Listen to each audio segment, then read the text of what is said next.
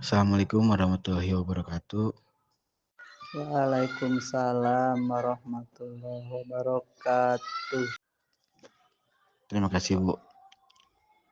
Maaf Bu, hari ini saya mendapatkan tugas demonstrasi kontekstual modul 3.1 pendidikan guru penggerak terkait mewawancarai kepala sekolah. Berkenan ya Bu untuk saya wawancarai? Ya, silahkan. Ya baik Bu, langsung saja ya Bu ke pertanyaannya. Ya, saya siap untuk diwawancara. Untuk pertanyaan yang pertama, selama ini bagaimana Ibu dapat mengidentifikasi kasus-kasus yang merupakan dilema etika atau pujukan moral, Bu? Selama ini biasanya saya melihat dari segi hukum. Apabila kasus tersebut melanggar hukum, maka sudah tentu benar lawan salah. Namun jika masih bisa dikatakan benar lawan benar, maka dilema etika. Ya baik. Untuk pertanyaan yang kedua, selama ini bagaimana Ibu menjalankan pengambilan keputusan di sekolah Ibu, terutama untuk kasus-kasus di mana ada dua kepentingan yang sama-sama benar atau sama-sama mengandung nilai kebajikan, Bu? Sebelum keputusan diambil, biasanya saya terlebih dahulu mengumpulkan fakta. Siapa yang terlibat, menganalisis benar salahnya, membuat alternatif solusi dan membuat keputusan. Kemudian merefleksikan. Ya, baik. Untuk selanjutnya, langkah-langkah atau prosedur seperti apa yang bisa Ibu lakukan selama ini, Bu? Menentukan penyebab permasalahan, menentukan siapa yang terlibat, berdiskusi dengan warga sekolah, membuat beberapa solusi keputusan, menimbang lagi dari berbagai sudut pandang sebelum memutuskan, dan setiap keputusan yang dilakukan dibawa dalam doa. Ya, baik. Untuk pertanyaan yang keempat, hal-hal apa saja yang selama ini Ibu anggap efektif dalam pengambilan keputusan pada kasus-kasus dilema etika, Bu, khususnya?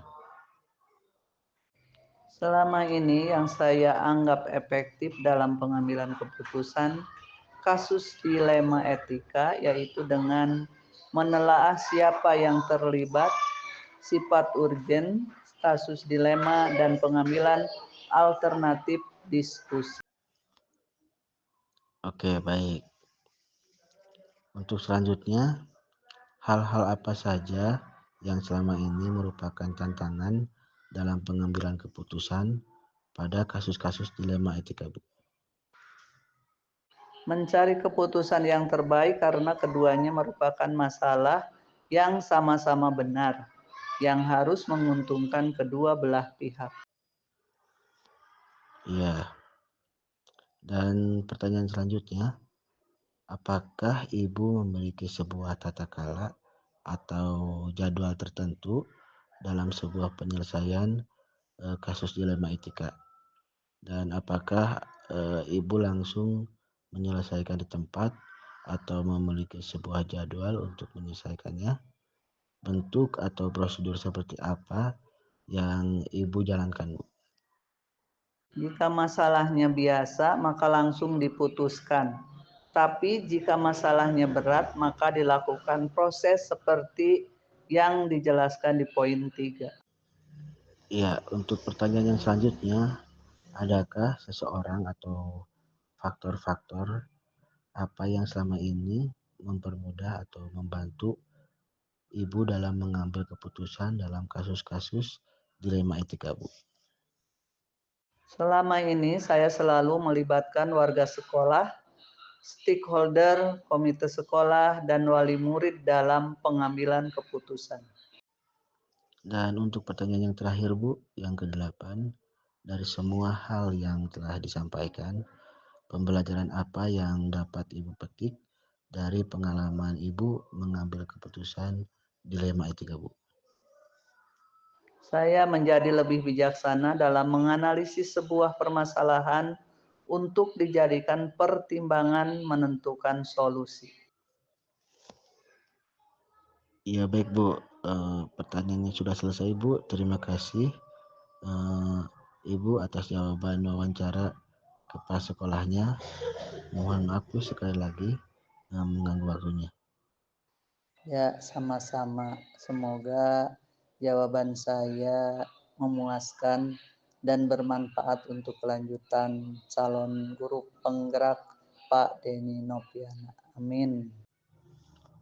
Iya baik, terima kasih Bu. Mohon maaf atas kekurangannya.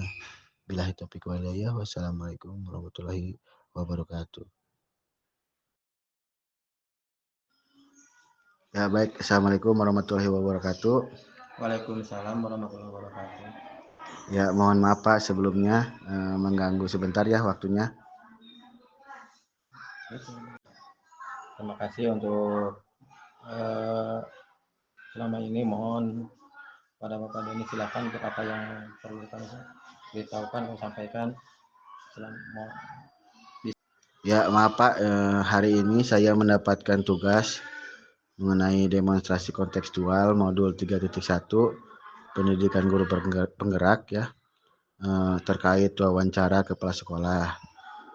Berkenan ya Pak untuk diwawancarai? Boleh silakan saja. Ya Pak, terima kasih. Langsung saja ya untuk pertanyaannya. Oke, silakan untuk beberapa pertanyaan. Kalau bisa saya jawab, kalau nggak bisa mungkin terserah Pak Denny saja. Ya baik Pak, untuk pertanyaan yang pertama, selama ini bagaimana Bapak dapat mengidentifikasi kasus-kasus yang merupakan dilema etika ataupun bujukan moral Pak? Ya, terima kasih. Yang saya ketahui kalau dilema etika selama ini lebih menekankan pengambilan keputusan yang tepat dan bijaksana, karena tidak ada keputusan yang salah di dalamnya, sedangkan bujukan moral antara benar atau salah. Ya Pak, untuk pertanyaan yang kedua Pak, selama ini bagaimana Bapak menjalankan pengambilan keputusan di sekolah Bapak, terutama untuk kasus-kasus di mana ada dua kepentingan yang sama-sama benar atau sama-sama mengandung nilai kebajikan? Saya awali dengan penelusuran masalah, kemudian langsung diidentifikasi masalah sehingga terbentuklah kesimpulan, dan dari kesimpulan inilah yang dijadikan dasar dalam pengambilan keputusan. Iya baik Pak. Selanjutnya untuk pertanyaan yang ketiga, langkah-langkah ataupun prosedur seperti apa yang bisa Bapak lakukan selama ini Pak? Untuk mengidentifikasi masalah, kemudian melakukan diskusi dengan pihak yang terlibat agar bisa untuk mengambil keputusan yang terbaik. Ya, baik Pak. Dan selanjutnya Pak, untuk pertanyaan yang keempat, hal-hal apa saja yang selama ini Bapak anggap efektif dalam pengambilan keputusan pada kasus-kasus dilema etika ini Pak? Selama ini yang saya anggap efektif atau yang lebih baik dalam pengambilan keputusan ini yaitu kasus dilema etika dengan membayangkan sosok panutan untuk mengambil keputusan secara bijaksana dan mempertimbangkan situasi dan kepentingan yang terlibat. Ya, untuk yang selanjutnya, hal-hal apa saja yang selama ini merupakan tantangan dalam pengambilan keputusan pada kasus-kasus dilema etika Pak? Ya, keputusan yang diambil biasanya terkadang melanggar prinsip keadilan bagi anggota yang lain, karena seolah-olah seperti ada yang perlakuan yang istimewa dari pihak pengambilan keputusan. Ya, apakah Bapak memiliki sebuah tata kala ataupun jadwal tertentu dalam sebuah penyelesaian kasus dilema etika? Apakah Bapak langsung menyelesaikan di tempat, Pak, atau memiliki sebuah jadwal untuk menyelesaikannya? Bentuk atau prosedur seperti apa yang Bapak jalankan, Pak? Masih dalam pengambilan keputusan ini seringkali dilakukan pada saat itu juga, jadi tanpa ada jadwal atau jeda waktu. Tapi ada juga masalah yang memang harus diselesaikan pada jadwal tertentu dan sesuai dengan keberpihakan pada siswa. Ya, baik. Untuk pertanyaan selanjutnya, Pak, adakah seseorang ataupun faktor-faktor apa yang selama ini mempermudah atau membantu Bapak dalam pengambilan keputusan, khususnya dalam kasus-kasus dilema etika, Pak? Selama ini memang faktor yang membantu saya dalam mengambil keputusan kasus dilema etika itu yaitu adanya keterlibatan dari rekan sejawat, dari guru-guru, dan langsung berpihak pada komite sekolah dan wali murid yang tertentu. Ya, baik, Pak. Mungkin ini pertanyaan yang terakhir ya, Pak.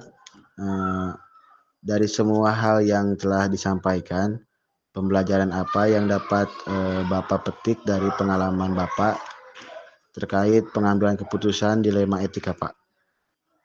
Yes. Setiap pengambilan keputusan pasti akan memiliki resiko. Maka dari itu, buatlah sebuah keputusan yang paling meminimalisir resiko yang akan terjadi.